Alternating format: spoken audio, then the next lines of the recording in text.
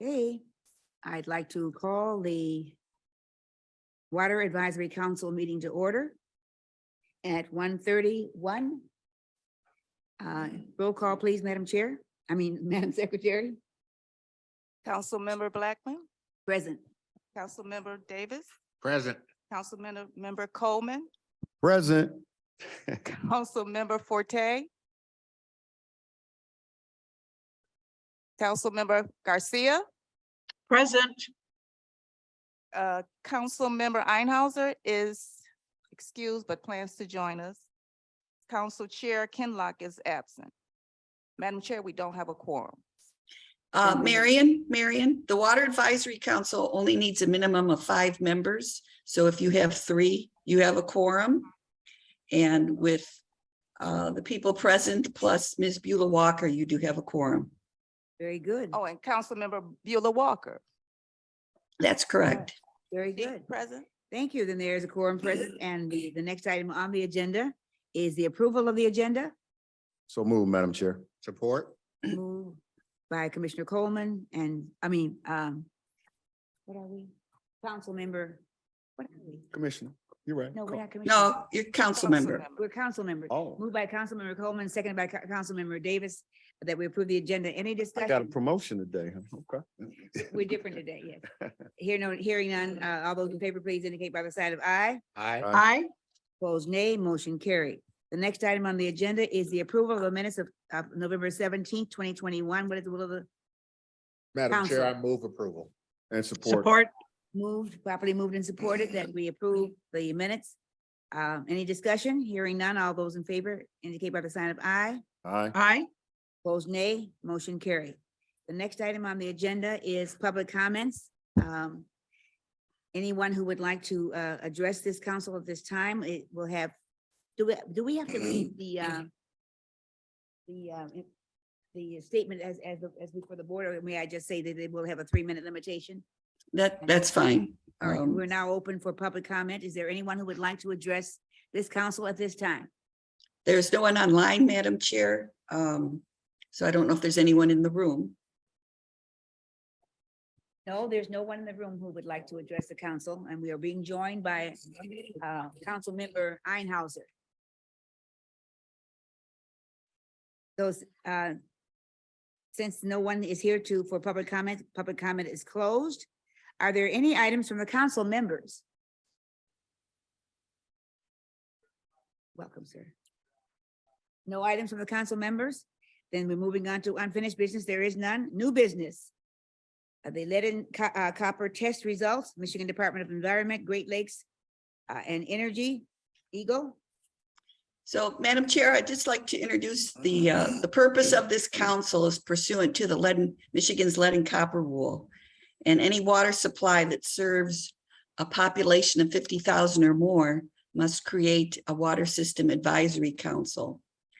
And the purpose of the council is to develop plans for public awareness regarding lead in drinking water, regardless of whether it's an action level or below the action level. The purpose of this council is to review all of our campaign materials and our literature that we pass out to the citizens. And the purpose of the council is also to advise the department if they think any revisions should be necessary to make the literature more customer-centric, more resident-centric. And also the purpose of this council is to review our plan for replacing lead service lines. And pursuant to the rule, there's to be 5 members at least, and one of the members cannot be a part of a public body. So Ms. Beulah Walker is our new member of the advisory council. She is a resident and beloved public speaker at our meetings, and she graciously accepted an offer to be on the council. So we value her input. And next I will turn this over to Sam Smalley, who will advise the council about our test results, about our plans, and then Brian Peckinpah will talk about the literature we distribute to the public. Thank you very much. Good afternoon, Sam Smalley, Chief Operating Officer, Detroit Water and Sewage Department. First, for our results for this year. On an annual basis, we are required to sample 50 homes spread throughout the city so that we get representative sampling of all of our distribution system. The number 50 is 1/2 of what would normally be required. So Detroit qualifies for reduced sampling because we have maintained compliance, or we have been below the action level for a number of years. So we sampled 51 as part of the lead and copper results rule. We do not have our official results yet, but we believe that we are similar to last year and below the action level. So, any questions of Mr. Smalley? Sam, we believe. Is that a With a high, valid criterion for deciding whether or not we have met the restrictions? with a high level of confidence, I can state that we are below the 90th percentile action level. The state of Michigan's action level is currently 15 parts per billion. Last year, we were at 12, and we have similar results this year. Do we have any concerns? Do we hear from our public? Because, you know, some people, it doesn't matter that we're within the guidelines, well within the guidelines. They still have concerns about hearing that there is lead in the water. So have we had any such concerns raised to us?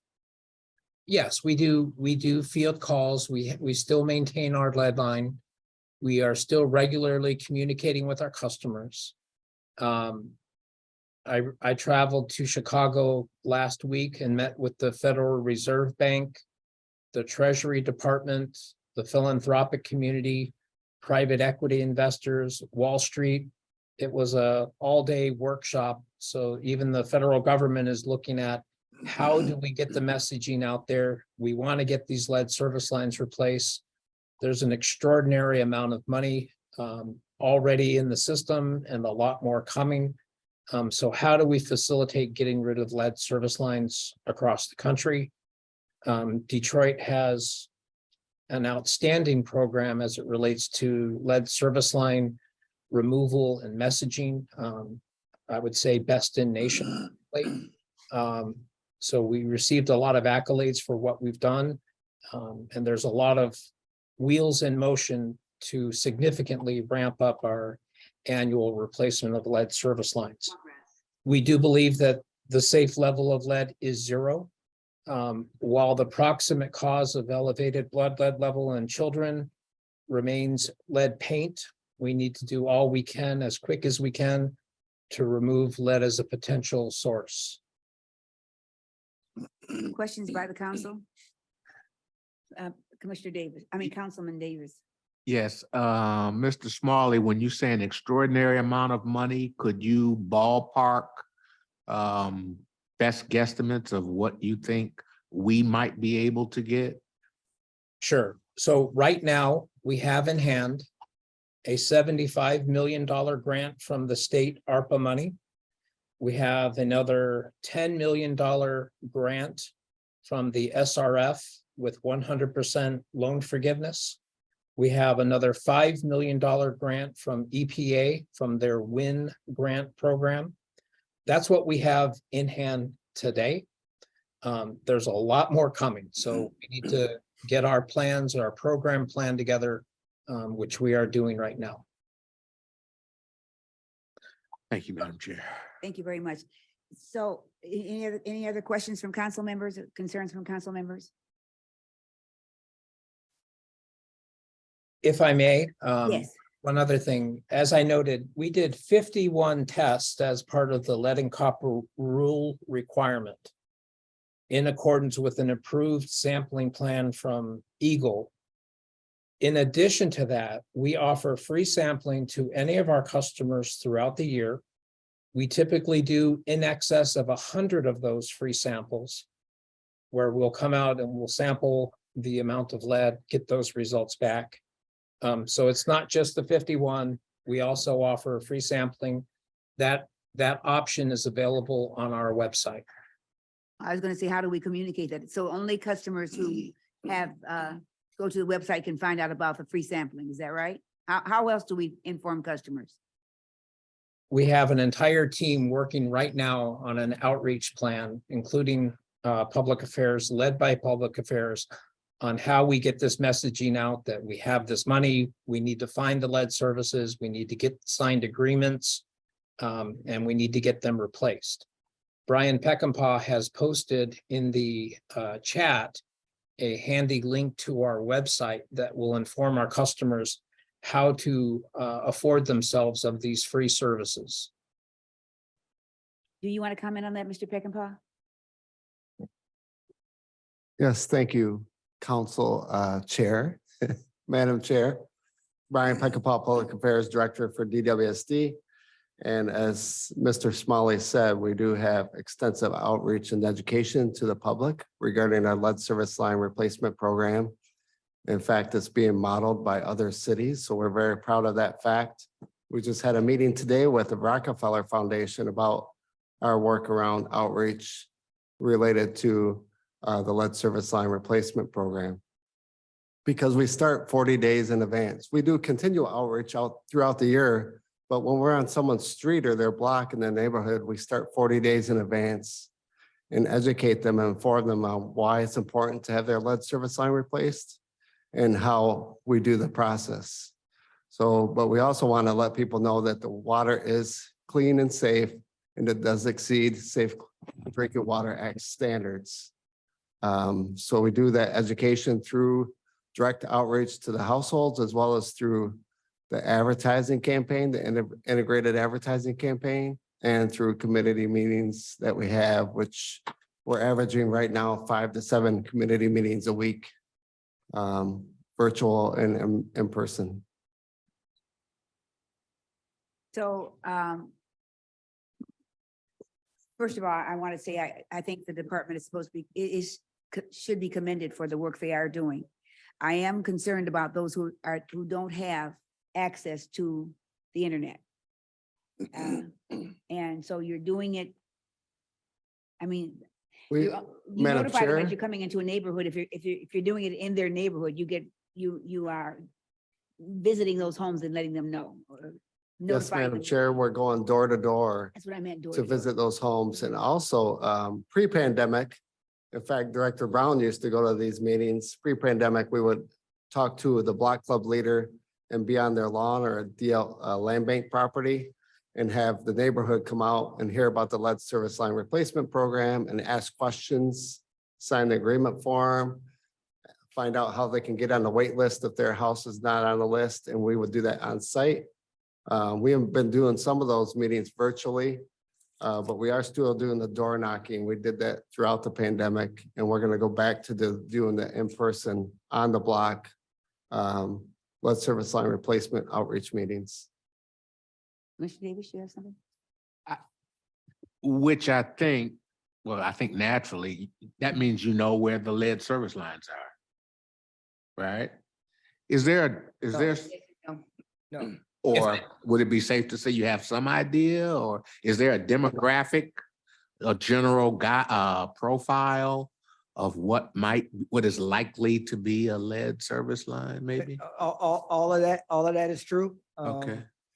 Obviously, if the house was built after 1945, when lead service lines were outlawed, we make the assumption that they followed the law and they did not put a lead service line. So we make just the opposite assumption that if the house was built prior to 1945, that the material of choice was lead. Right. We found that not to be always true. It depends on the developer of that particular development in the year that they were working on. But we're working with a company called Blue Conduit that's been very successful in predicting the number of service lines in a neighborhood. But the bottom line is this: when we go into a neighborhood and we get on a block, we're going to hydro excavate. We're gonna dig up every stop box, and we're gonna look at both the line that's running from the stop box to the main and the line that is running from the main because a homeowner could have replaced their line privately and not contacted us. We have no. The bottom line is we're going to excavate every home. And if it has lead, we're going to replace it. If it doesn't, we're going to go to the next home. And so we're writing that policy and procedure now. We're still required, I don't know if Sam went through this in his presentation, to report to Eagle the exact number of lines that we have. And I believe we have until 2024 or 25. 2025. And the more work that we do, and we've been doing lead service lines for several years now, about 700 a year. We're going to start ramping that up to several thousand a year. The more data that we collect and put into the blue conduit model, the better the predictability of the model becomes. Right. And so I think it's more important to get the work done. I've been trying to stress this to EPA. Don't let the perfect be the enemy of the good. We know we have between 80 and 100,000. So let's get 10, 20,000 of them done while we're building the data to have a perfect model of exactly how many lines we have. And until we have that, we intend to do every house on the block. We'll dig up the stop box through hydro excavation. And if it's lead on either side, it gets replaced. And if it's copper, we keep. We go to the next house. So we're going to check every house on that block, in that neighborhood.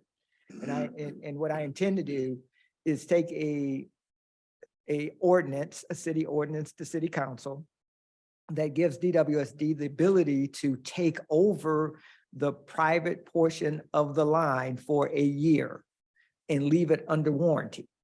So we won't need the homeowner's permission because we will own the line. Certainly we'll need permission to get into the house and reconnect, but we don't have to go locate an owner and get a waiver signed.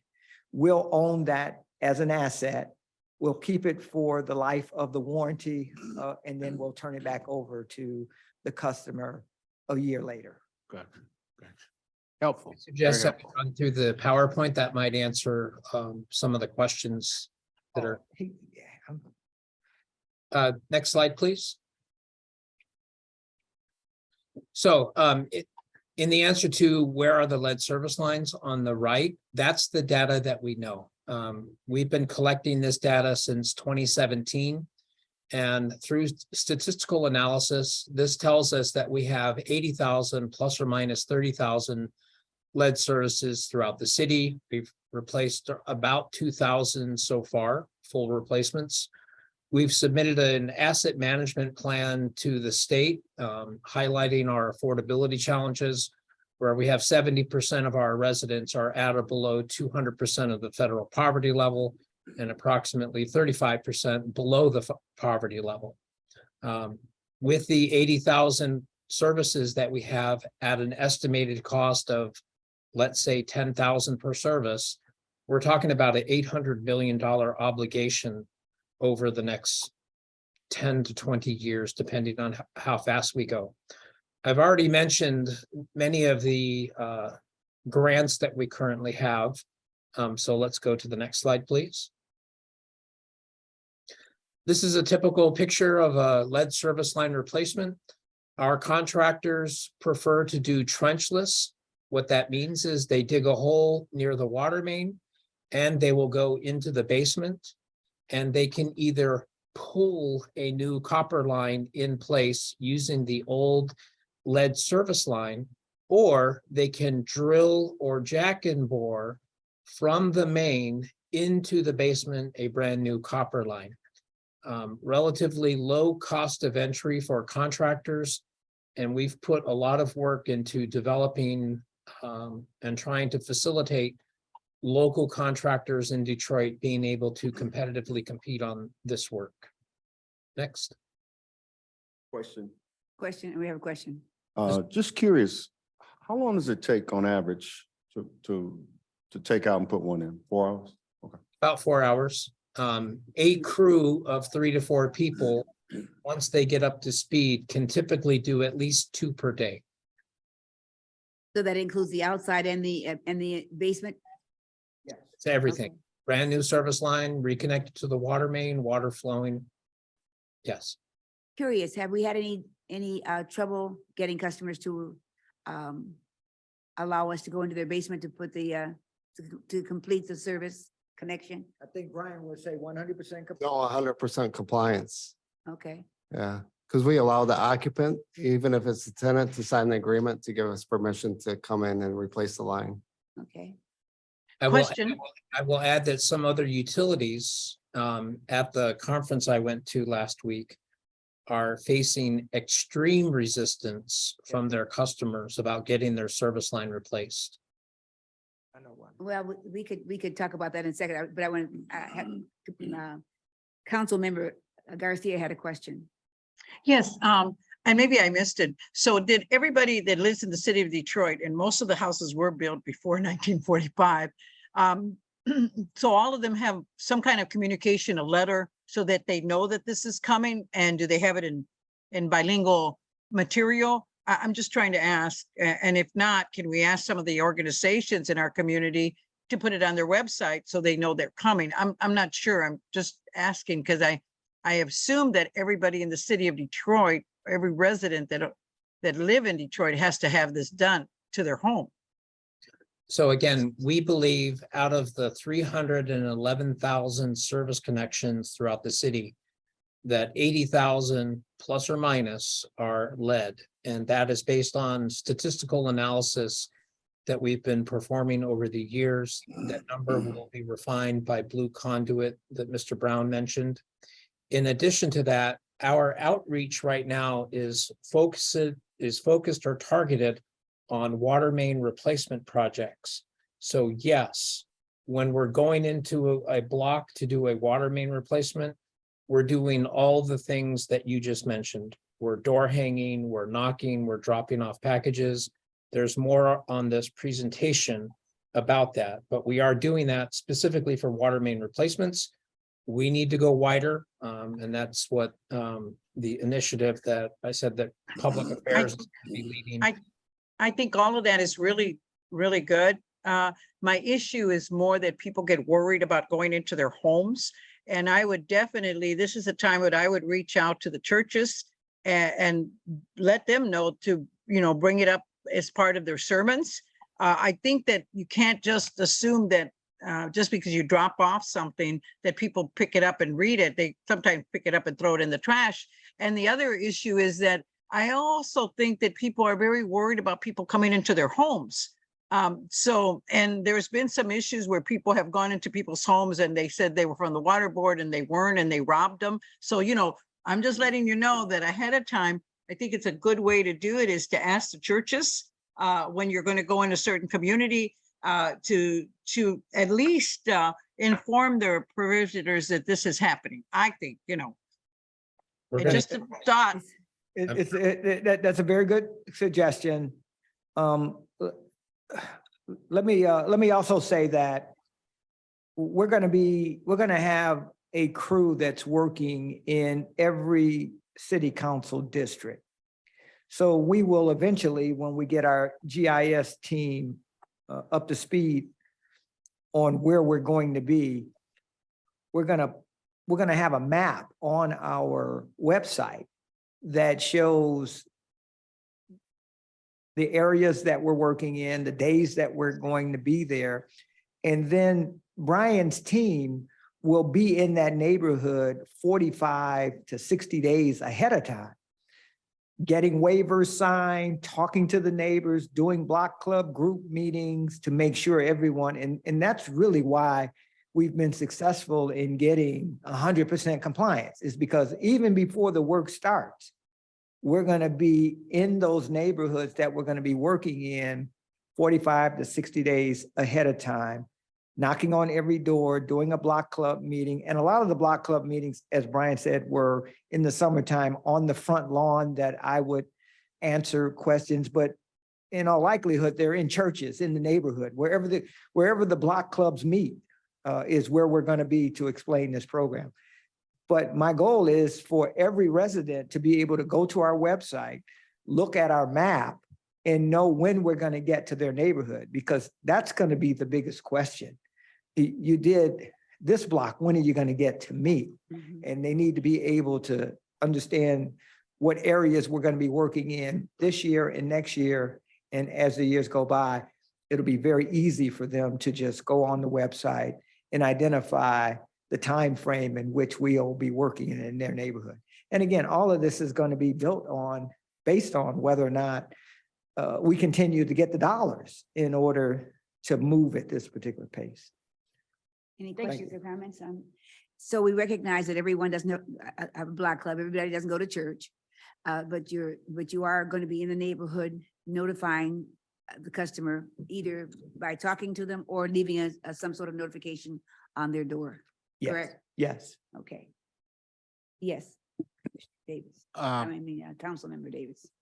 Mr. Smalley, or Director Brown, could you share with the council the raw data that goes into making that map up? That gives us an idea of where the lead service lines are. I'd like to see what those red lines represent. If you can see the graphic currently on the screen, those are the verified lead service lines that we currently know of. Right. We also have a heat map that shows where the best guess on density that we know of right now. There's a lot of refinements to this. That Blue Conduit, which is a company formed by a couple of professors from University of Michigan, who provided Flint a significant amount of help in getting their issues resolved.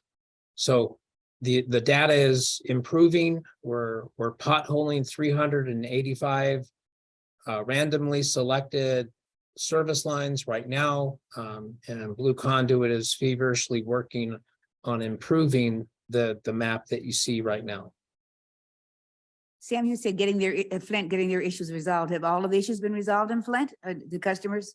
They still have a few lead service lines to replace. But my understanding is they are now below and have been below the action level for some time. Okay. Additional questions? Yes. I think that, I think that the council should also understand that there are three programs going on.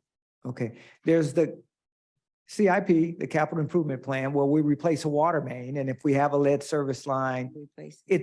those are the 700 that we have been reporting on a yearly basis in our capital plan, which is going on right now.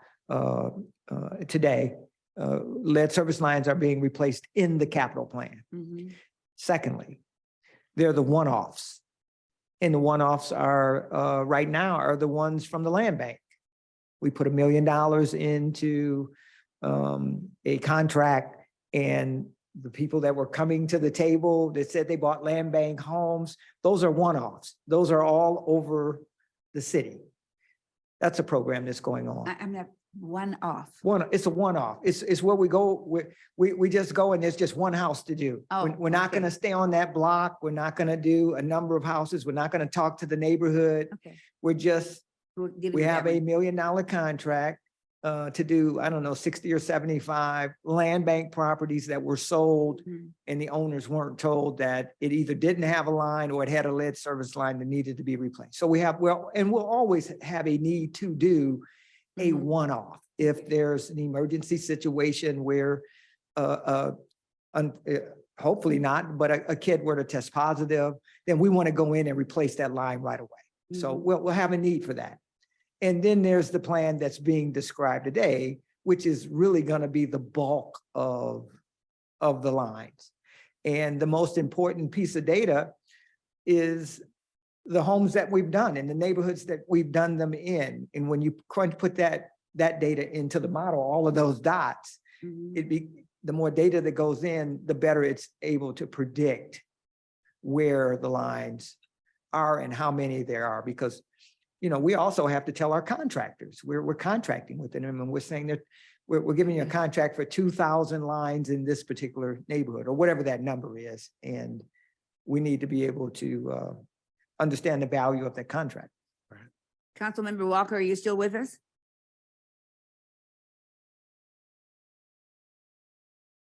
Councilmember Walker, are you still with us? Okay, please proceed. Councilmember Blackman, Yes. it is 2:00. We need to recess and call the board meeting to order. We are now at, okay, we haven't gotten to the director's comment. Okay, so we will recess the what are we calling this? Water Advisory Council meeting to the call of the chair. Then let's call to order the November meeting of the Board of Water Commissioners. Chairman Idehauser, Present, and I am in Detroit, Michigan. Vice Chair Blackman, Present. Commissioner Davis, Present. Commissioner Coleman, President. Commissioner Garcia, Present. Commissioner Forte, absent, and Commissioner Kinlock is excused but plans to join us. Mr. Garcia, are you local? No, Arizona. Thank you. You're welcome. Sorry, I forgot. Okay, All right, we will recess this meeting to the call of the chair. okay, we're going to reconvene the meeting of the Water Advisory Council. And we are now at outreach materials. Mr. Peckinpah, have you covered all of that already? Or is there still additional information? It's still me, unfortunately. Oh, I'm sorry, Sam. Please. Uh, continue. So we've developed comprehensive SOPs, standard operating procedures for both planned and unplanned full lead service line replacements. When we do a lead service line replacement, we provide our customer free of charge a pitcher that filters lead and a replacement cartridge that is good for 6 months of consumption. After you disturb a lead service line, even replacing one, studies have shown that there are lead levels that will gradually drop to zero. So we do provide a lead service filtering pitcher in accordance with NSF 53. So how long does it take for this filtering process to take place? Less- Less than, About how many months? it varies, but usually less than 6 months. So they should filter their water with this pitcher for 6 months. Are Yes, there any other options for customers who don't want to do the pitcher? bottled water is an option, but Oh, we're trying to no. help customers avoid. Okay, thank you. We've Please done continue. we've done extensive community outreach. Brian's going to talk more about that. And we have, since we began this project, we're using technology, specifically ArcGIS on mobile devices, any cell phone or tablet, whether it's our crews or our contractors. When they excavate to a lead service line at the stop box, we get a picture of it, we note it. When our meter technicians go inside a house, if they see a lead service, they capture that data. That is what has been populating the map that you saw with the red dots prior. Next slide. This is our standard meter setup as part of our lead service line replacement. We go all the way up to and including the inlet valve shown on the left. Next slide. Our program has been widely publicized, including but not limited to the journal AWWA, which is the premier publication for the water industry in the United States. Next. And at this point, I'll turn it over to Brian to talk about what I consider to be best in class in the country as far as community outreach. Before we do that, I wanted to make sure a council member Beulah Walker, were you able to hear the presentation? Yes, I hear it loud and clear. Good. Did you have any questions so far? Yes, I do. Can you hear me? Yes, we hear you. We hear you very well. I'm Very sorry, I'm clearly. on the construction site. I hope everybody remember I am a construction worker. I was going to save my comments for line item 10 if y'all want to keep going, but y'all That's want fine. me, I can comment now. Y'all want me to We don't have comment line now? item 10. I don't see a line item 10 on this. Is a comment by council members? You want me to wait then? Cause I got, That's 11. Okay. Oh, I'm sorry, 10. My paper binder was, my number binder was, 10. okay, we'll call on you at that time then. Thank you very much. So Yeah, Mr. cause I Smalley, got you have, two, two pieces of material to present. All right, thank you. All right, thank you. You finished, Sam? Mr. Smalley? Yes, ma'am. Thank you very much. Mr. Peckinpah? Thank you. Thank you, Sam. Madam Chair. Our extensive community outreach program was developed in 2018. And we tested a few theories. One was going to existing community meetings, neighborhood-wide meetings. But we quickly realized that we're talking the whole neighborhood while we're maybe only on 2 of the streets. So we want to set expectations by having the outreach directly to those that are going to have their lead service line replaced in the near future. So this is the information packet that is distributed 40 days in advance, is 8 pages. The one that says, do you have a lead service line, is the first thing they see. So they get that information real quick, and then they can dive into the materials about flushing instructions, lead versus copper. The agreement form, there's a sample agreement. It's included in a folder, very official. And again, we don't mail it. We deliver it to the houses where we're gonna replace the lead service line in the near future.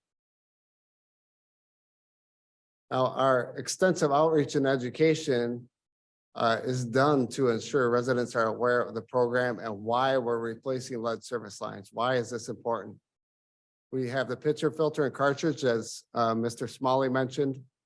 And we do these meetings. You can see there our staff and Director Brown and those 2 meetings. One's the middle picture is on Outer Drive a few years ago. Actually, both of them on Outer Drive.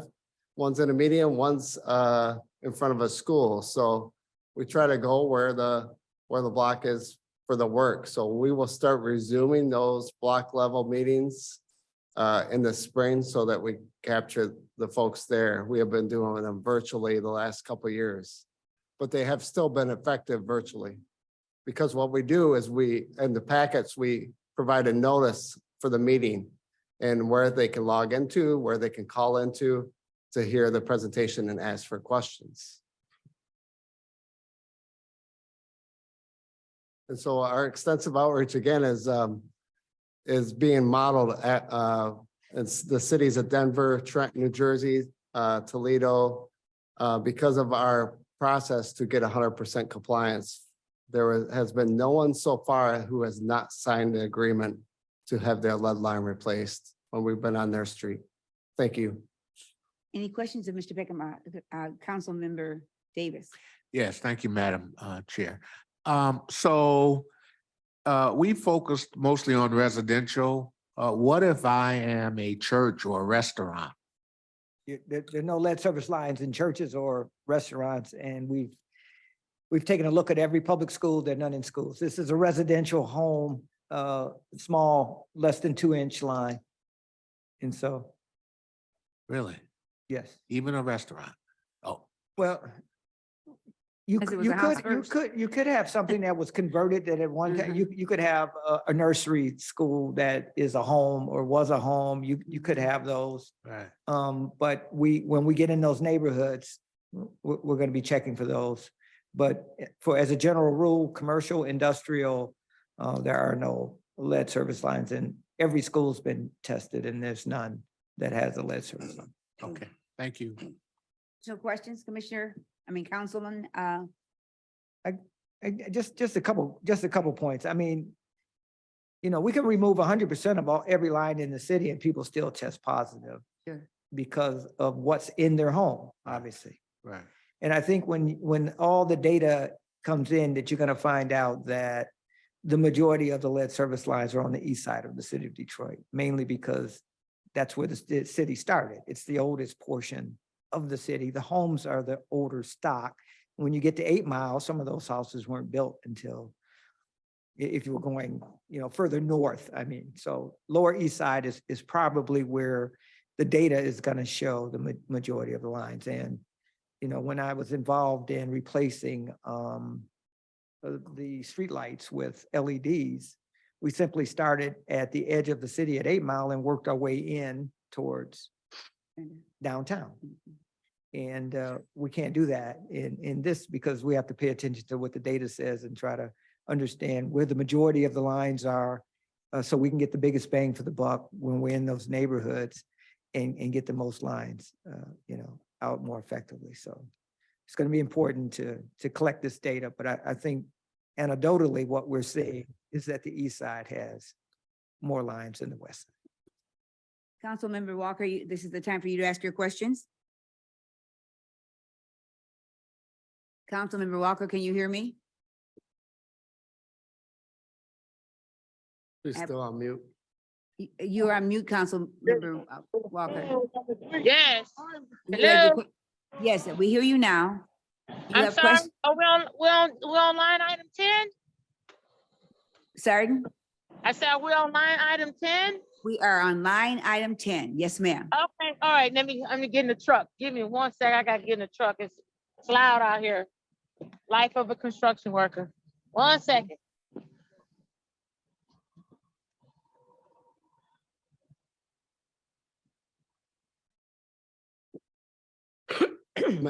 Madam Chair, while she's doing that, there are Yes. 4 materials that were included in the agenda. Okay, I'm back. Can anybody hear me? Oh, there she is. We hear you now. Go ahead, please.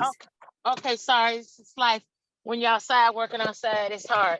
Okay, Yes, so ma'am. here we are. I have 2 items and some questions. Yes. I'm gonna email this to Deborah Fossey. I hope I said her name right. Us peach, you're close. Fossey. Think of a Okay. peach. Okay. Peach? Okay, Us peach, here we yes. go. Yes. Wednesday, November 16, 2022. Hydrate Detroit has plaguing concerns on the lead service line replacement program qualifications and requirements. Hydrate Detroit, we deal in live cases. We have one of many cases like Sherry Welch, October 2019. She lived without water for 3 years. She purchased a land bank property house. She had her water cut on, then DWSD came out and cut her water off and discovered a breakage in her water line. And she was not eligible. We sent a letter to Wayne Metro, September 20, 2019. I have copies. And they didn't have any money. They didn't have any funding. So by the grace of God, Hydrate Detroit and S&H Plumbing, Master Plumber Albert and Sons, we recommend him for more work too. We raised $4,500 to replace her water service line, but she did not have water for 3.5 years. And I'm not sure how DWSD found out she had a leak or a breakage in her line, but they found out she had one. So she didn't have water for a long time, and it took us a long time to get her water restored. So we highly recommend DWSD provide monetary reimbursements for Sherry Welch pain and suffering for carrying buckets of water and things like that. We also have a couple of comments. Too many Ms. homes. Walker, Yes, can you hear me? yes. So let me ask you this. Does that have anything to do with the lead line replacement? That's a concern of Yes. for a customer, but is it connected to the lead line Yes. replacement? Yes, her line was lead and it was broke. Yes, Okay. yes. I just want to She's understand. a live case that we have. Okay. Yes. Thank you. And I have copies and I have the dates and stuff when I sent this in, and we talked about this in 2019. Okay. I'm just We're gonna sharing follow up this. on that. We will follow up I'm on that, just- Ms. Walker.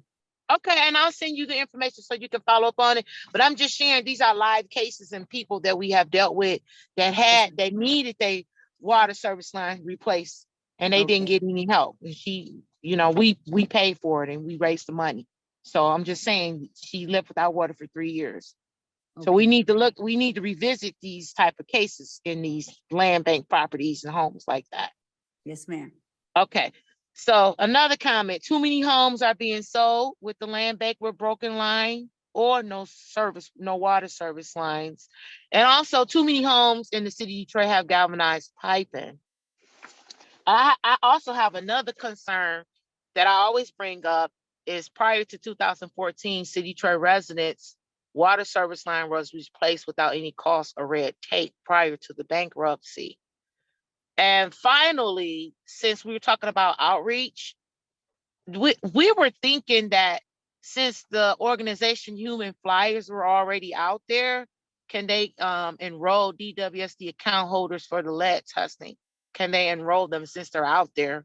It's just something to think about since they all got boots on the ground, and maybe they could extend the contract or something like that. And We that's will- all. We will refer that to the director, and he will make sure that he has some communication with the folks doing the work, and we'll see if we can address that problem. Okay, and I'll email these two documents to Deborah Posky. Peach, I hope I said her name right, and that's it, and I'll listen from here. Thank you very much, Ms. Walker. We appreciate your input. Okay. Madam Chair, Yes, Ms. Paskey. there's two people who would like to make public comment. I know we've closed public comment, and I leave it up to you as a point of privilege to reopen it if these two people want to speak as to the lead program. Otherwise, we can wait until the regular formal session and then have them speak. But I just wanted to recognize that upon hearing this presentation, they had some questions. And All right. maybe in the future, we probably should do public comment after the presentation. That might be the best way to handle it under the Yeah, circumstances. but I'll leave it up to you if you want to reopen it, only I'm for people okay. who have I'm okay with questions about reopening lead. public comment to get those, to get that information from the two people who would like to speak. Do we have their names? Yeah, Ms. McClellan, if you'd like to speak regarding the lead program, please go right ahead. Okay, I was raising my hand for the regular Board of Water. Commission. Okay, so we'll come back to you then. Ms. Howard, did you want to speak about the lead rule, lead and copper program? No, I actually want to come to the formal meeting. Okay, we'll see you then. We'll see you shortly. All right, those were the two you were speaking of? Yes. All right, very good. I don't know where we're getting that echoing from. So right now we are at director's comments. Madam Chair, on this subject matter, I think I've made all the comments Okay. that I had. All Thank you right. for the Oh, and opportunity. I'm sorry, we were at 10, so we had passed you. Are there any comments by the council chair who has joined us? Not at this time. Thank you, All right, Madam thank Chair, you. for, Are there thank you, Commission, For- Madam Vice Chair for, who's the Vice Chair? Well, thank you, for conducting the meeting for me You're very welcome. in my absence. Any other matters to come before this council at this time? If not, entertain a motion for adjournment. So move, Madam Chair. Been properly moved. Is there a second? Meeting stands adjourned. Thank you very much. Jonathan, we ask you to do one thing once a year. Okay, so we're now back to the regular meeting. All right, let's bring together the Board of Commissioners. And the first item is the approval of the agenda. There are two amendments. One is on item 4A. After we recognize the Dunbar awardees, we're going to take a recess and move to the 9th floor to take some pictures. And then we will reconvene. Yeah, heads up. Huh? And then we have a walk-on item from our general counsel. And so we're going to add that to new business. And that would be item D on page 3 of the agenda. With those amendments, what is your pleasure with regard to the agenda? Motion to approve the agenda, Mr. Chair. As amended. As amended. Mr. Chair, might we take the two public comment before we go upstairs so that they didn't have to? I think that's a good idea. We'll do public comment first, and then we'll do the awards. Okay. So we've amended the we moved amendment. Yes. So, 3 amendments, 3 changes. Uh-huh. All right, any discussion, other corrections to the agenda? All in favor of adopting the agenda as amended, please say aye. Aye. Aye. Those opposed? That is ordered. And so let's move down to item 6, public comments. Hey, Mr. Chair, Cecily McClellan will be our first speaker. Ms. McClellan? Yes, good afternoon, everyone. We are concerned about continuation funding. As we all recognize, the Detroit Lifeline is a pilot program expected to last maybe 18 months. But there was some funding that the Detroit Residential Water Assistance Program had. In 2007, it was discovered under Victor McCardle's administration that penalties and late fees were being accumulated in a specific fund. And I think at that time they have accumulated about $5 million. The Detroit Residential Water Assistance Program was started with half of those funds back in 2007. One of the issues that was raised, of course, and they got around it, was the Headley Amendment, in view of the fact that it was penalties and late fees and it wasn't a ratepayers issue. Although we have some difference with whether or not Headley can really be used in terms of ratepayers.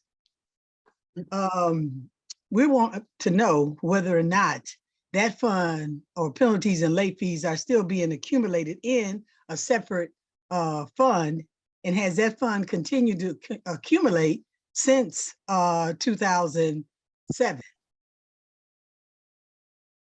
And if so, is there a potential that these funds or those funds could be used to support the Detroit Lifeline program? And that's my comment for today. Mr. Chair? Yes. Yeah, I do distinctly remember, I'm not sure if it was quite 5 million, but there was, I'm not doubting that there was, but let's say there were $5 million. That $5 million had accrued over a number of years, and it wasn't like DWSD was collecting the 5 million every year. And so the question is, could that money be used to supplement the RAP program or the Lifeline program? And right now, every year, this board approves $4.8 million to go into the Lifeline program. That goes to GLWA, and then GLWA returns it to Wayne Metro for the use of Detroit customers. And so the issue is the money, can't come from rates, and late fees are a part of the rate process. Could it be used for this purpose? Yes. Are we using it currently to fund the Lifeline program? We're putting $4.8 million. And, I've said this a number of times, the money has to come either from the state or the federal government. But if it comes from anywhere else, we just have to pass it on to ratepayers, which are the same people that we're trying to help in this particular case. So it's a matter of similar to a shell game. You're just moving 4.8 million from penalties, and then replacing that in the operating budget with other dollars. And there's no substitute for this money coming from an outside source. And it's not, that the election was really great news, where you have a Democratic governor, state house, state senate, mayor, county exec. The stars are lined up, the dollars are in Lansing. And I would suggest that we search there first for at least interim dollars until we can get a permanent funding source from the federal government. All right, is there anyone else that would like to address the Board of Commissioners? Our next speaker is Gwendolyn Howard. Ms. Howard?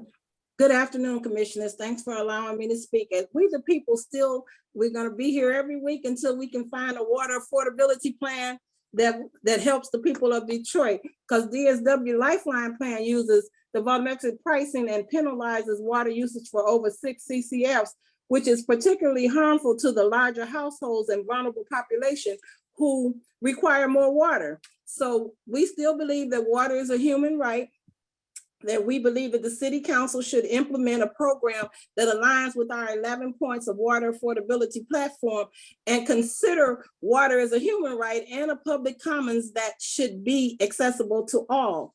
It is our water. We believe that the city should establish equitable water rates to ensure affordable water and sewage services regardless of income. I've been on all your meetings and I know that you said that you would, at one of them, you would seek extra funding for this program because it's got an end date on it.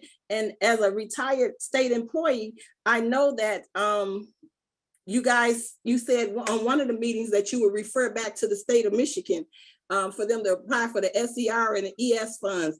And that still has a cap on it. So I've always harped on this for our people because they do come to our meetings at church and I try to keep them informed on what you guys are saying and how it aligns with them. But we believe that it's not concrete. And even though we keep harking on that once you sign up for this Lifeline program, it wipes out that past due balance.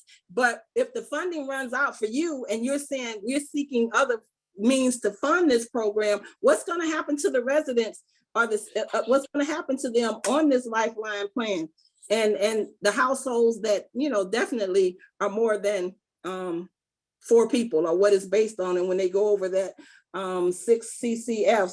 So I guess the cost of the water shutoffs create a financial burden on the city council, must hold somebody accountable. So we're still, it's not a water affordability plan. It's a pilot program. What's going to happen when this all changes? And yes, we probably got a thumbs up with the election and we were out there with boots on the ground trying to make sure they voted because we know that it changes when depending on who's in office or who's in charge. But until then, what are our residents supposed to do?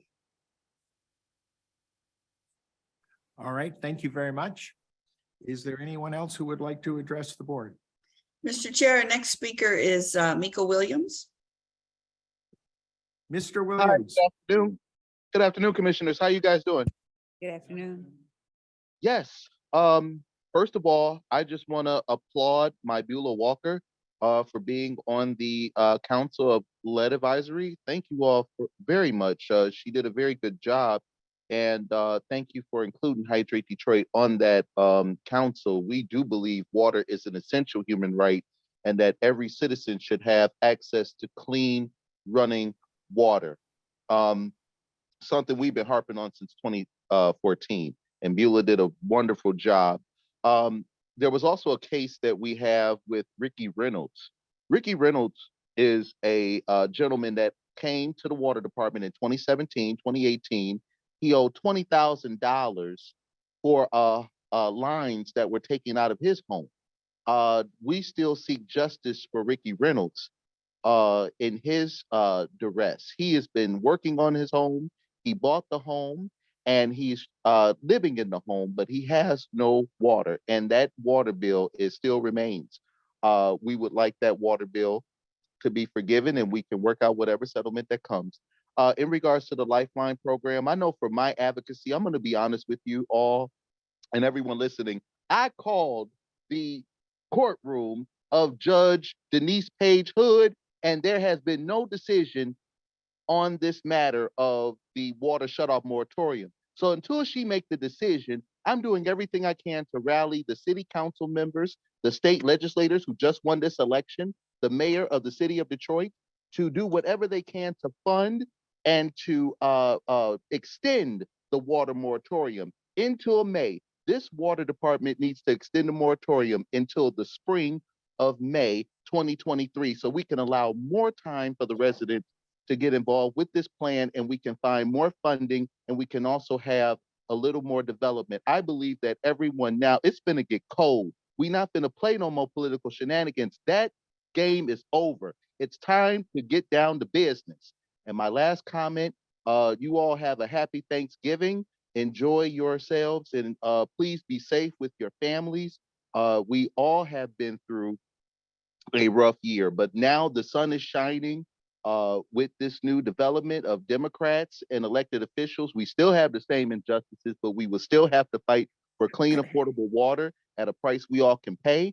And also, water should never be shut off to any residential home. Let us do get the lead lines together. I was very happy with the Detroit Water Department's announcement of the lead lines being quickly done expeditiously. But let's get everybody together that had flooding, damage, and other repairs that need to be done. And shout out to the people of the water workers and the customer service and the people that make the water department spectacular. Thank you. Thank you, Mr. Williams. Our next speaker is Norel Hemphill.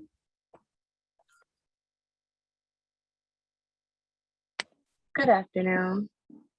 Hello, my name is Norel Hemphill, and I have the pleasure of serving as attorney with We the People of Detroit.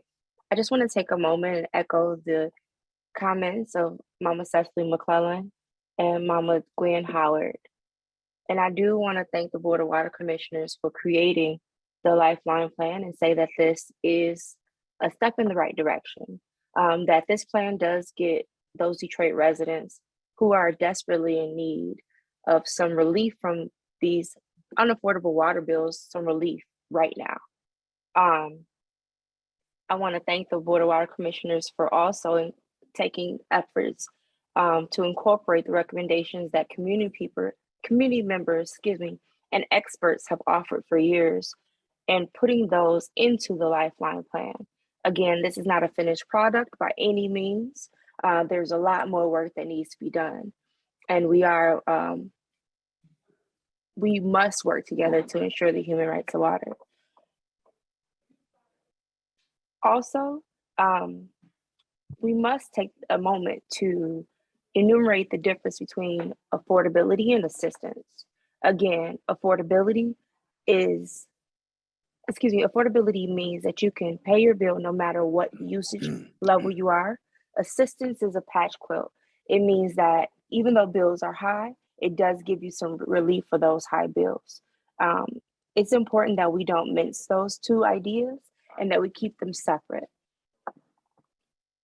We the People of Detroit maintains our commitment to work with community and DWSD to ensure that every resident in Detroit and across Michigan has access to clean, safe, and affordable water and sanitation. We thank you again for the continued transparency. And again, we need longevity in this program.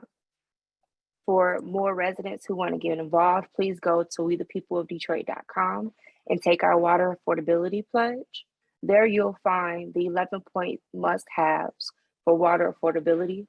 These must-haves were drafted with community, by community, for community. So these are the needs and the words and the ideas of Detroit community members.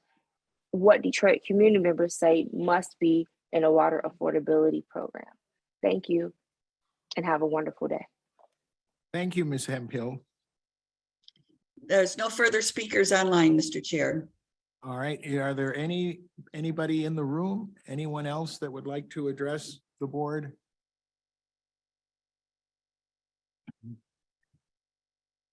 Then hearing none, we will close public participation, and then let's move on to item 4A. There's one Mr. Chair, more. they say they have somebody else online. There's one more. Okay. That's Ms. Howard. She already spoke. She just needs to lower her hand. Okay. All right, so we'll close public participation. We will move on to item 4A, the Edward Dunbar Awards, and Mr. Peckinpah. Thank you, Mr. Chair. Again, Brian Peckinpah, Public Affairs Director for DWSD. So every year, the Michigan Department of Environment, Great Lakes and Energy, or EGLE, and the Michigan section of the American Water Works Association recognizes people in the waterworks industry with 25 years of service or more. And it's named after Edward Dunbar, who was a colonel in World War I. And he's most known for his work at the Michigan Board of Health and related to public health and drinking water. So we're very honored to present these awards today. And thank you, Board of Water Commissioners, for your leadership in that. Last year, we presented them via Zoom. So we are very happy we can do this in person with the employees behind me. There are 11 honorees, and I believe 5 of them are in person today. Mr. Coleman, Mr. Alvin Coleman. Alvin Coleman. We have Mr. Daryl Knight, Mr. Matthew Mercer. You can come up when your name's called.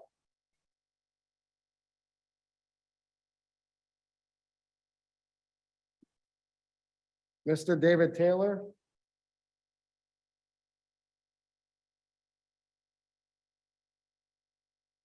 Mr. Gary Watkins. Mr. Leon Wheeler.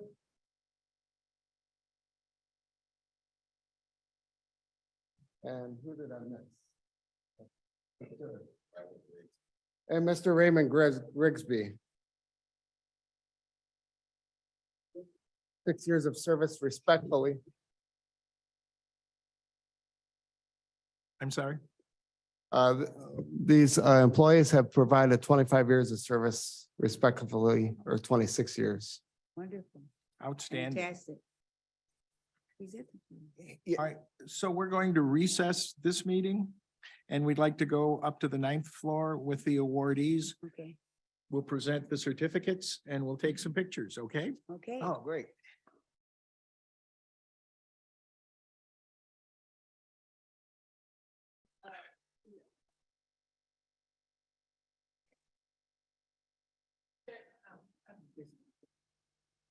Check, check, check. Mic check.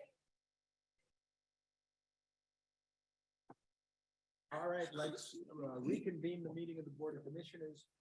And the next item on our agenda is the approval of the minutes of October the 19th, 2022. Commissioners, what is your pleasure? So move, Mr. Chair. It's been moved. Support. Corrections or additions to the minutes as presented? Hearing none, all those in favor, please say aye. Aye. Those opposed? And that is adopted. Item 7, are there any items from the commissioners? I am hearing none. So we move on to item 8. And that's communications. And we have the receipt of correspondence from the Office of the General Counsel. And the report that we get regarding damage claims. Would anyone like to make a motion to receive and file? So move, Mr. Chair. And is there support? Second. It's been moved and seconded. Any questions or comments about that report with regard to damage claims? All right, hearing none. All those in favor, please say aye. Aye. Those opposed? And that is adopted. There is no unfinished business, so we'll move to the approval of the consent agenda. Mr. Chair, Madam Commissioner Blackman, I would move approval of consent agenda. it's been moved. Is there support? Support. Been moved and supported. Does any commissioner desire to take any item off the consent agenda and to consider it separately? All right, I'm hearing none. These items all come to us from the Finance Committee where they were reviewed in detail and they come with the recommendation of the Finance Committee. Any questions or comments with regard to any of the items on the consent agenda? Hearing none, then, all those in favor of the approval of the consent agenda, please say aye. Aye. Those opposed? And that is adopted. Next, we have item D that we talked about, and that is the walk-in item. Mr. Chair, we need to start with item A first. I beg your pardon? Item A underneath it. Oh, that's not part of the consent agenda. All right, then next we have item 220982. Is there a Move motion? approval. It's been moved. Is there support? Support.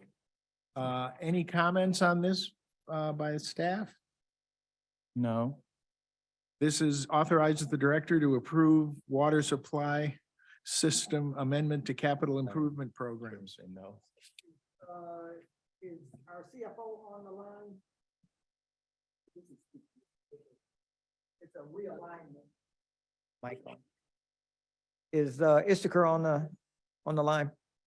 This is a realignment of the capital budget for 23 through 27. Projects that have either come off or been finalized and shifted around. And it was just simply a realignment of the budget. And this was already presented at the CIP meeting, right? Yes. Yep, so it's nothing different there. Nothing different. Yeah. No. And it doesn't affect the budget one way or No. another. It does not. So I move approval. All right, it's been moved Second. and supported. Questions or comments? All those in Need a roll favor? call vote for this. It's a part A of roll CIP. call? Okay, let's call the roll. Chairman Einhauser, Yes. Vice Chair Blackman. Yes. Commissioner Davis. Yes. Commissioner Kinlock, Yes. Commissioner Coleman, Yes. Commissioner Garcia.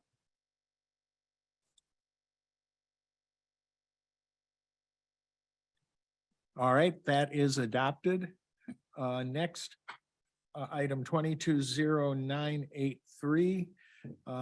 Would any commissioner like to make a motion? Move to approve. Roll call, please. All right, it's been moved. Is there support? Support. All right, and this is similar to what we saw in the previous item. Mr. Chair, as you know, the capital plan is made up of a water system and sewer system.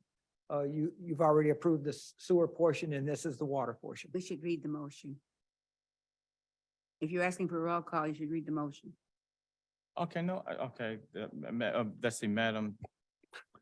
Mr. Chair, I move that the Board of Water Commissioners authorize the director to approve the accompanying sewer disposal system amended capital improvement program for fiscal years 2023 through 2027, and to authorize the director to approve the amended fiscal year 2023 capital budget, and also authorize the director to take such other action as may be necessary to accomplish the intent of this vote. And once again, I so move. All right, it's been moved. Who supports this? Support. All right, it's been moved and supported. Questions, comments?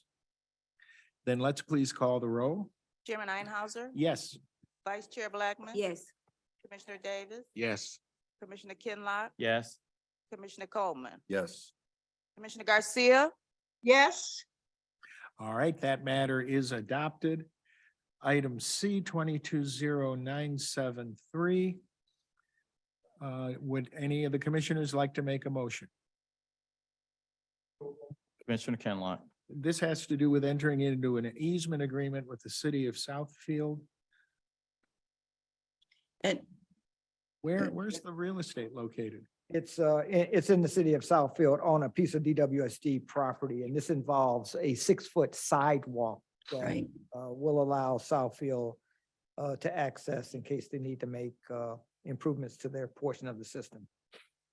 All right, any comments or questions, commissioners? Hearing none, all those in favor, please say I have a aye. question, sir, Mr. Chairman. Yes, I just have a Commissioner question. with this, Garcia. Yes, the issue of Southfield. I just had a question on the issue of Southfield. Mr. Director, is there a reason why we'd be dealing with the city of Southfield? Yes, But- yes, this is at 26,000 Evergreen. It is, as you know, DWSD, the city of Detroit owns the assets. This is an asset that is owned by the city of Detroit, DWSD's asset. And the city of Southfield simply is asking for a 6-foot easement to be able to go under a sidewalk and make a repair on their portion of Okay. the property. Okay, thank you. thank you, Commissioner. Any other questions? All those in favor of the motion, please say aye. Aye. Aye. Any opposed? And that is adopted. All right, now we'll take item D that was walked on, and that has to do with the grant application for the East Side Stormwater Improvements. Who would like to present on that? We have a Mr. motion Chair. First, Mr. Chair, I Okay. beg your pardon? have a motion first. Sure. I recognize Commissioner Blackman. Upon request of Samuel Smalley, Chief Operating Officer, the Board of Water Commissioners for the City of Detroit Water and Sewage Department approves the submission of a grant application to the Water Resources Division of the Michigan Department of Environmental, Great Lakes and Energy, EGLE, in the amount of $120,000 for the East Side Stormwater Improvement Planning Project to explore resiliency solutions to the east side of Detroit, and commits that the local match shall be provided if the project is funded, and authorizes the director to take such other action as may be necessary to accomplish the intent of this vote. Is there support? Support. It's been moved and seconded.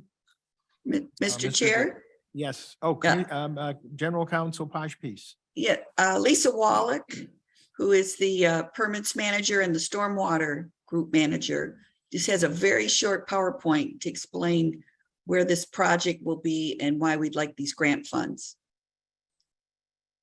All right, thank you. I think that would be helpful to hear.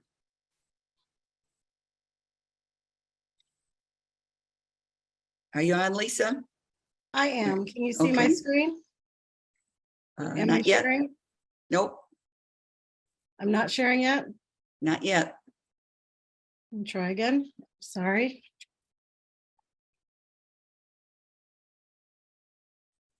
There it is. It's coming up. We'll see it. Okay, you see me now? Yes. Okay. So I'm Lisa Wallach, and I'm here to talk about the East Side Stormwater Relief Project that we are applying for under the 2023 State High Water Infrastructure Grant. This is a one-time $14.25 million grant opportunity from the United States Department of Commerce. It's going to be administered through EGLE's Water Resource Division, and the maximum grant request we can make is 1.5 million, and we are required to make a 20% match. So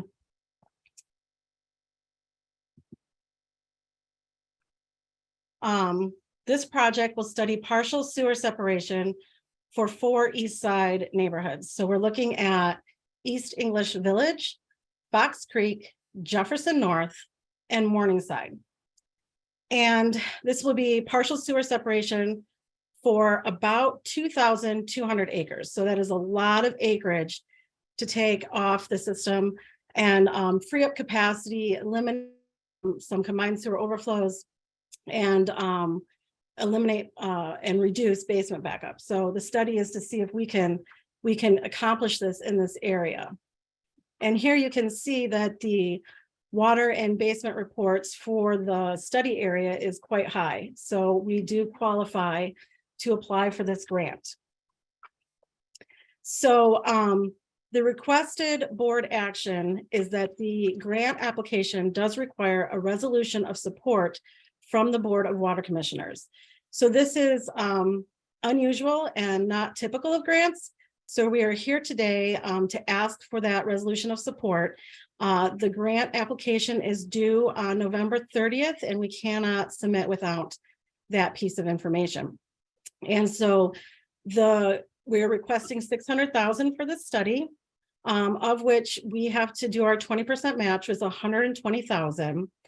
And we already have the matching dollars budgeted within our existing consultant services contract, CS 1884A. So this isn't any additional money that we're requesting. We already have this money available and approved by the board. So we're here just asking for a resolution of support. All right. The motion has been made. All right, Commissioner, I want to acknowledge Commissioner Forte has joined us. Commissioner Davis. I don't see in my booklet, perhaps someone could point me to the correct page, if we have a hard copy of this presentation. Oh, the presentation. Of the PowerPoint. PowerPoint, yes. We certainly can get you one. I think this was added on to the agenda yesterday or today, Because of the actually, deadline. because of the deadline, but we certainly can get you. I just saw it for the first time myself, and I need a hard copy of it when I'm down in Jeff Chalmers or the Lower East Side speaking. This is a good talking point, so we'll make sure that the board gets a copy Thank you. before the end of the day. We'll send it to your email. I guess if we get the money, what exactly are we doing with it? Lisa, you want to address that? Yes, sir. We will be doing a study to evaluate whether we can actually do a sewer separation project in this area. The idea is that we would somehow get the water to go through Fox Creek, and we would, be able to actually benefit that canal and that discharge by providing more clean water to it. So that would be a benefit to Fox Creek as well. And the study just will allow us to determine if we can actually go into an implementation, that it is feasible, and that we could go into design and make this happen. Yeah, okay. Would you go back to the previous slide with the map, please? This one? Yeah, so as I understand it, the intent is to see if it's possible to have the wastewater or the stormwater from East English Village, Morningstar, Fox Creek, and Jefferson North go directly, as opposed to going to the neighborhoods below them, south of them, that are particularly affected when we have our high storm alert. Am I understanding that correctly? Yes, so we want to take the stormwater during, rain events or wet weather, snow melting events, and we're going to direct it and see if it's feasible to direct it to a storm sewer system instead of a combined system, a storm sewer system. So, and that storm sewer system would then be piped towards Fox Creek. We'd have to do some sedimentation removal and things, and then it would discharge directly to the Detroit River. And therefore, we would be taking a lot of wet weather out of the combined sewer, freeing up capacity for the Jefferson Chalmers area. That, as we all know, would be welcome, any type of relief that, potentially can be. Yeah, I mean, everybody in that area knows that Grosse Point, which is just to the east of these locations, has separated to the tune of about 95%. They're 95% separated. So their combined system, they've been working on it, and it's been done. Our engineers know that they have to do a feasibility study. Once the feasibility study is done, you engineer and design the project, then you find the dollars to construct it. Is it, in my mind, the non-engineer, do I believe that this can be done? I think there's a very high probability, or we wouldn't be spending the money on the feasibility study. But that's the process. You do a feasibility study, you get that approved through Eagle, you engineer and design the project, and then you construct. And that's what we're proposing, even though we haven't found the money yet, but we won't find the money until you can produce a feasibility study, as well as, and in this case, we're getting grant dollars to do the feasibility study. So that's the phase that we're in. This isn't the time or place, but once this becomes more of a reality, I think we're going to have to talk about how that affects the drainage fees. If the stormwater is going directly to the river and not to the wastewater treatment plant. But we'll get there when this looks like it's more of a reality. Lisa knows better than I, but Eagle is only going to allow you to push flow out into the river during extreme events. Oh, okay. And so you'd have to have a number of inches before you implemented pushing water without treating it into the river, according to our permit. So we're trying to mitigate flooding during major flood events. So Gary, how is that determined? Does the system know when it reaches a certain level? Yeah, A valve opens up, or does an individual have to make that decision? I I'll let Lisa jump in, but let me give you my, what I've been saying down in the Jeff Chalmers area, which is in some points of Jefferson Chalmers are actually lower than the river. Their basements are actually lower. It's the lowest point of the city. The flow is trying to get by gravity to the river. The lowest point of our city is the river. So that's an area that we're dealing with. So and this is just theoretical. And when I'm talking to lay persons, because I'm a lay person, I'm not an engineer. But let's suppose that we could put sensors in our larger sewers, Great Lakes Water Authority and DWSD sewers, that are bringing flow from Grosse Pointe and the north of Jefferson Chalmers, northern Detroit. It's coming down to try to get to Frood or Concrete Pump Station. So we have sensors, and the sensors tell us when those pipes are filling up. Then if you could put a backwater valve, similar to a basement backwater valve, on those sewers and divert that flow from getting into Jefferson Chalmers. And again, I'm being theoretical. We have sensors in the pipes. The pipes are filling up. They're telling our center to shut the water off and divert it in a different direction. And then you put larger relief valves, sewers, tanks in the ground to collect the water that's already in Jefferson Chalmers. So you're stopping the flow from coming in, you're collecting the flow that's already in Jefferson Chalmers.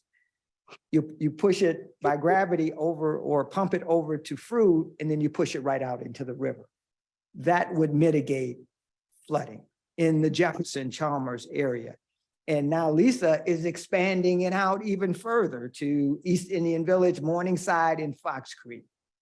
And so the project that I just described in a non-engineering way is one that we're working on right now. We're doing a feasibility study to be able to tell people in Jefferson Chalmers, there are 4 things that we're doing right now. First of all, we're putting in backwater valves in the short term to stop your basements from flooding. We're going to spend $40 million, secondly, to replace your broken lateral sewer line, which I hope I don't have it at my house. And then thirdly, DDOT is spending $350 million to take flow off of 94. And the first phase of it is in the Jefferson Chalmers area. And then the 4th project is the one that I described, the feasibility study, in which we would put sensors into the sewers. We would put backwater valves to stop the flow from coming from Grosse Pointe and northern portions of the city, because it's trying to get to the Concrete Pump Station, the Frood Pump Station, to be dealt with.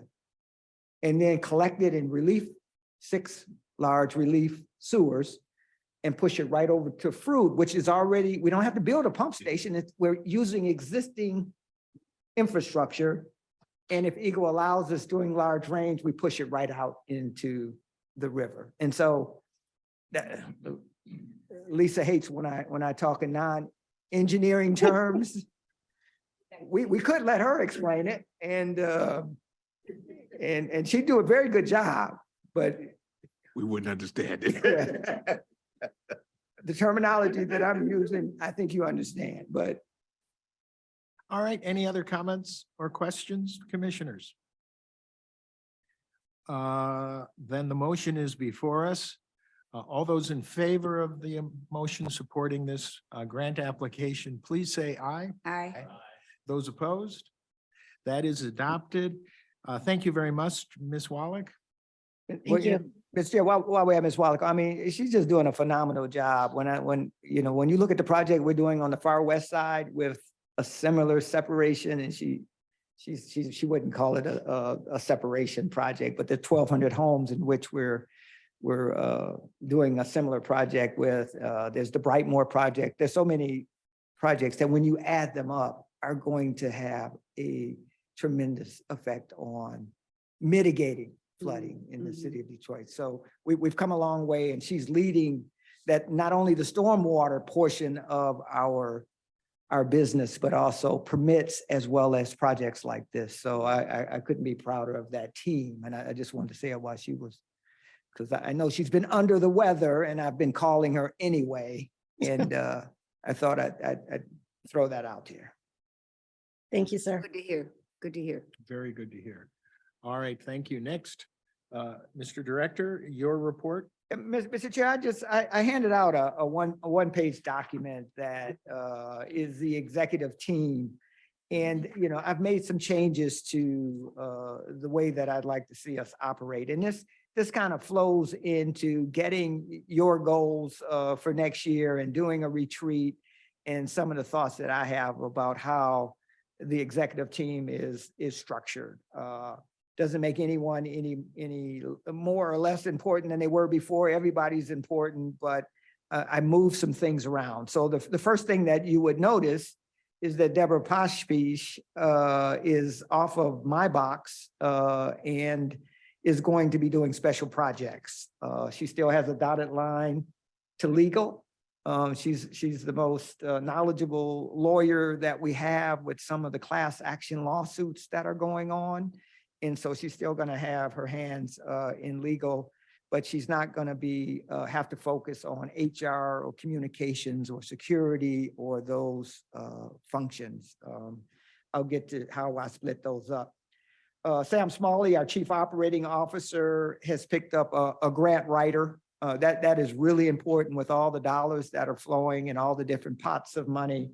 The reason why the grant writer is under Sam and also working with my new special projects director, Deb Poshpish, is because they need the engineering support in the grant application in order to get the funding. So we thought that the grant writer should be over there.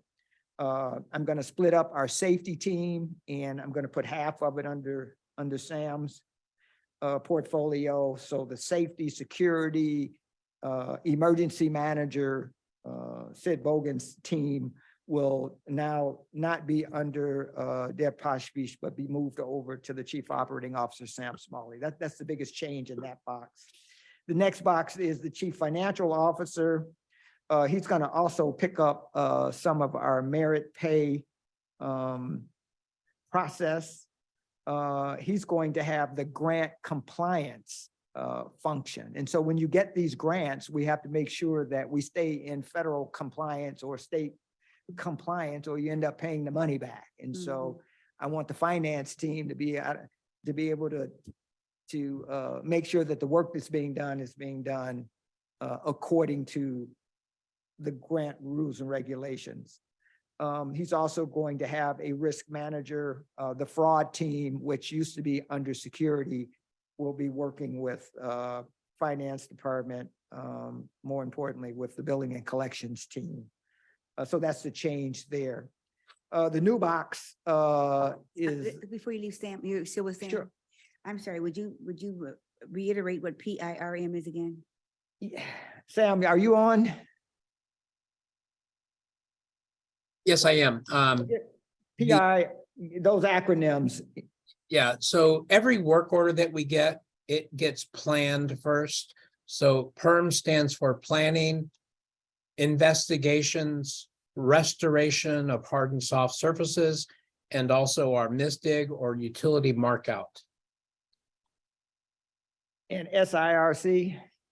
Service interruption, restoration and compliance for meters.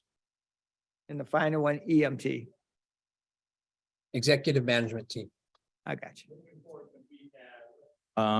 The actual description up under the acronyms. Yeah, and We, I'm going to put together a complete package of all the organizational charts. This really is what I use to try to understand, what metrics I want from each department and what they're doing. But yes, I can pull together a full, complete organizational chart, break down each one of these boxes in more detail. The one new function, and it really is, it's unfair to say that it's new. It was being done mostly under our deputy director, Valencia Mobley. Anil Golson worked for her directly and did a lot of the functions that you see there. I just saw a need to really raise his level up to the executive team level, because what he does goes across all departments, especially when you're talking about process improvement. How do we get better at what we're doing? So the IT department will be within that portfolio, systems planning, director of innovation, director of sustainability. These are people that are either working for him or will be working for him. Itron and Veolia is a huge project that we have going on, starting very shortly. Our GIS program is where we capture all of our data. And then a program management office to manage all of the different programs that we have going on. So he's your engineer right now. He's an engineer. Anil. What is his title now? I don't know what his title was, which is why, I brought him under my direction to make him the chief strategist, process improvement officer. I know he's in Texas right now, in some training, but I can get that information. Mr. Director, Yes. quick question. Seeing a number of areas under here, especially organizational development, the Yep. labor relations, the training, all. Why wouldn't that have its own blue box and Ms. Thornhill be one of the blue persons? With labor relations, No, I'm just saying the organizational development, human resources. Why wouldn't it be one of those big, one of these blue boxes? I think the blue boxes, what level would you consider that? that's an executive manager that's directly under me. Correct. So I'm saying, why wouldn't that, HR is generally a high enough, role within a department that it would be, warrant a direct report. And you would possibly, this is fine, but I'm just saying you could also have all of those associated and related activities, within that, up under the blue box. Yeah, that's an excellent question. And They report to. HR, I'm not identifying HR specifically. Yes. Well, he's gonna explain. Yeah, my thought is, right now, the way the organization is set up, I want 5 people reporting to me, and I want to be able to hold them accountable for all of the things that they're responsible for. There are many different ways that you could do this, and certainly that's how it was set up before.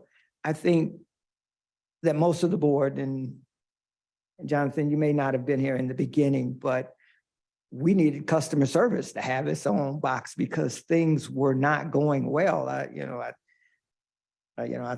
felt like Commissioner Henry was going to fire me if we didn't get this thing better, but it is better now. And we fixed a lot of the problems that we have. I think we'd all admit that, and it doesn't need the same level of attention from me that strategic process improvement planning. And in my thought, I want to spend more time over on the operational side of the house. And I want to allow the other folks to deal with the support functions of the house, which are running relatively well right now, where they don't need as much attention.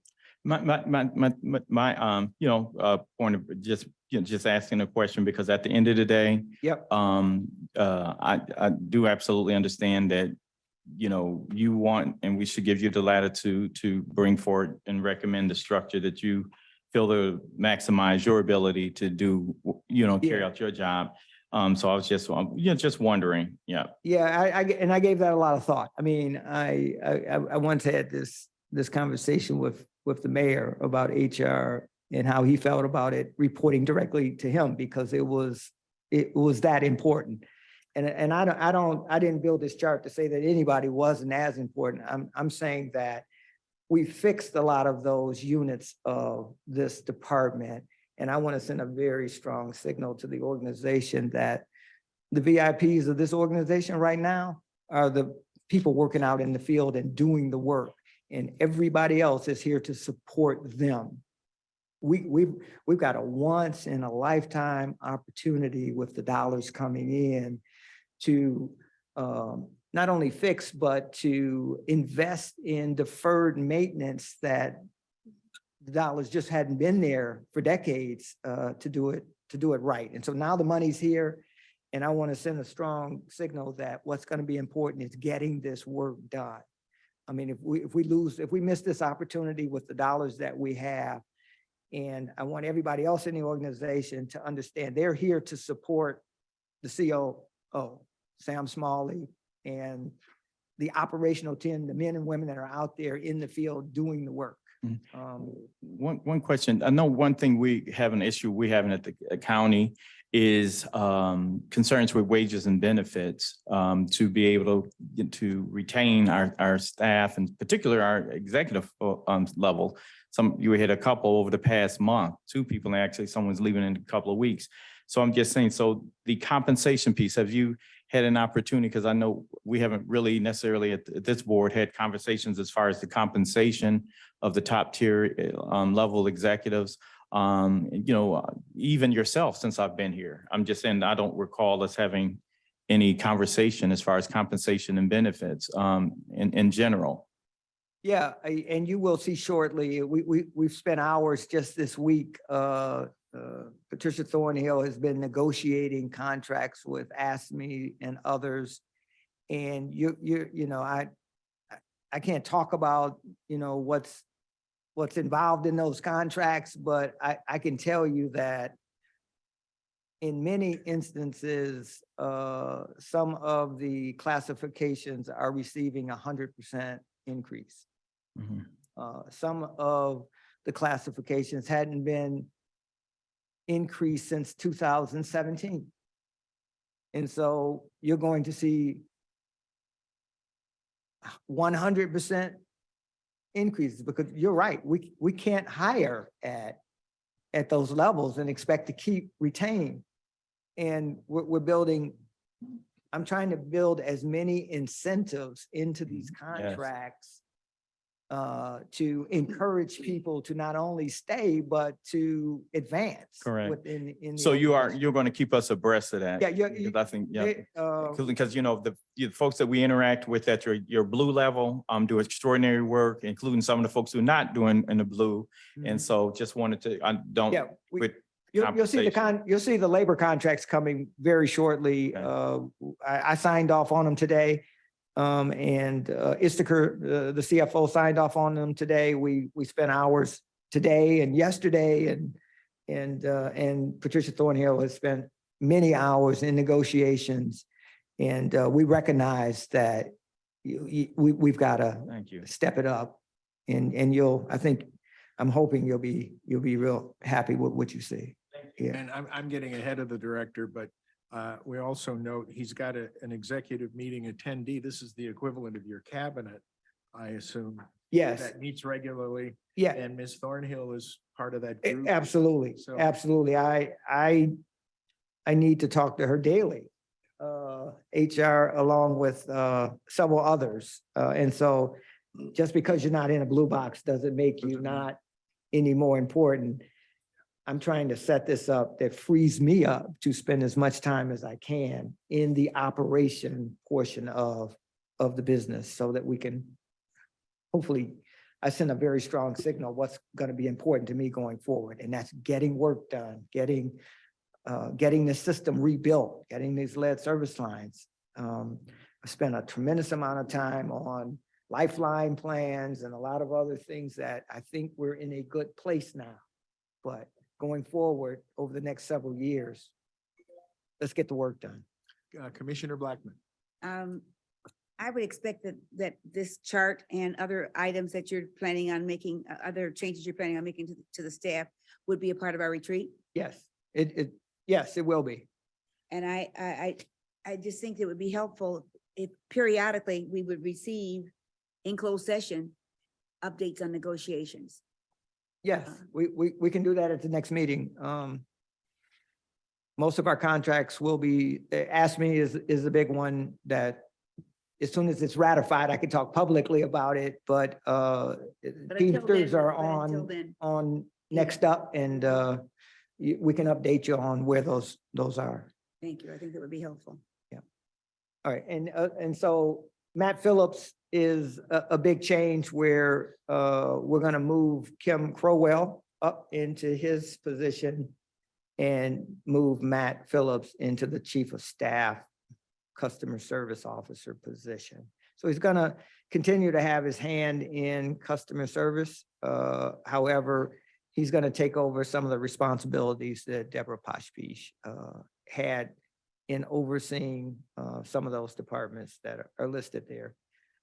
And then finally, there's the Chief Legal Officer, and the only difference there is we've moved the Opportunity Inclusion Officer into that portfolio. So those are some of the changes that we make. I'm sure we'll be making more. We'll keep the board You've already made these changes? abreast. These have been made or will be announced today going forward. But I've been meeting with this team for the last few weeks.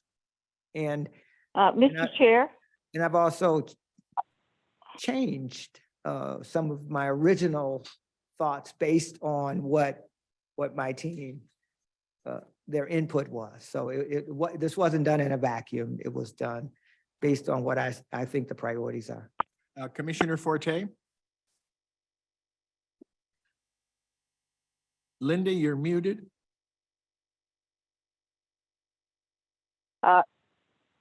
can you hear me now? Yes. Okay, thank you. I just wanted to confirm, Mr. Director, that where does the HR Director report?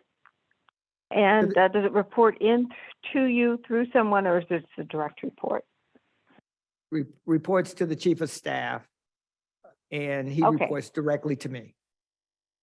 Okay, just wanted to confirm it for myself. Thank you. Other comments or questions?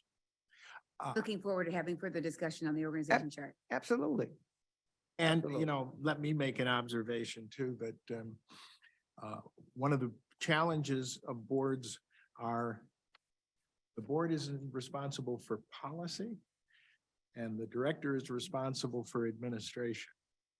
Now, there is never a bright yellow line that says something's policy and something's administration. In a different context, a CEO of an organization I was on the board of, he says, well, that's simple. When the board agrees with me, it's policy. When the board doesn't agree with me, it's administration. I appreciate the thoroughness of the report. I think that obviously we hold the director accountable for accomplishing the overall objectives of the organization. And I know he welcomes input from us, which we won't be bashful about giving, but absent some obvious concern, I think on matters like this, we would defer to the director. Thank you, Mr. Chair. And we all understand that we had a deputy director that had a real job and handled a lot of these responsibilities extremely well. And that's an appointment by the mayor. That position just as I am. And to not address that issue and divide up that workload would not have been the right thing to do. So if in fact a deputy director is appointed by the mayor, then we'll make additional changes to the org chart. But that a lot of what's been done was driven by the fact that the work that was being done by the deputy director needed to be redistributed. And Is the chief of staff the de facto number 2? no, all the blue boxes are equal across the board. And I want to say that my CIO, Dan Rainey, is, in my mind, equal to Anil Gossett, the chief strategist. I depend on him heavily for IT across the board. But quite frankly, he's done a hell of a job in getting a lot of the major projects done. Enquesta's been upgraded, and it's not that there's not a lot more to do, but it's not the priority that it was when we got here and didn't have systems in place to manage the processes. Dan's done a job, and I still depend on him and his advice, and which is why he's a part of the executive meeting attendees. Other comments or questions? All right, anything else for the No. director's report? That's it, Mr. Chair, for today. All right, are there any commissioners wish to make comment? Yes, and I probably should have brought this up under earlier, but we at some time had discussed the safety procedure we would follow in the event of some emergency action taking place in this building. We were going to work out, you were going to get back to us, I think, on when that might take place.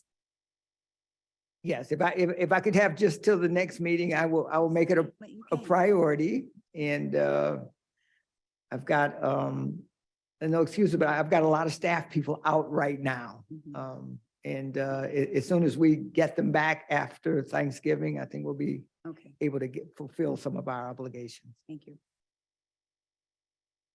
Any other commissioners wish to make a comment? Comments by the chair? I have none. Are there any other matters to come before the Board of Commissioners? Hearing none, a motion to adjourn is in No order. adjournment. Support. It's been moved, it's been supported. All those in favor of adjourning, say aye. Aye. All those Aye. in favor, all those opposed? All right, we stand adjourned. Thank you very much, ladies and gentlemen. Have a very happy holiday. Happy Have a Thanksgiving. We great have much to be Thanksgiving, grateful for. Yes, we do. everybody. Happy Thanksgiving Thank you. weekend. Happy Enjoy. Thanksgiving.